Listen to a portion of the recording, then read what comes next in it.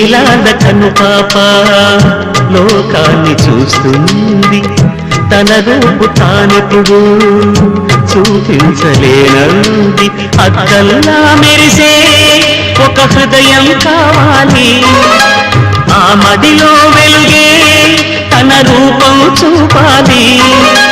రెప్పల వెనక ప్రతి స్వప్నం కళలొలికిస్తుంది, రెప్పలు తెరిచే మెలకువలో కలని దురిస్తుంది. ఆ కలల జాడ కళ్ళు ఎవరి నడగాలి, పాటల పల్లకివై ఊరేగే చిరుగాలి.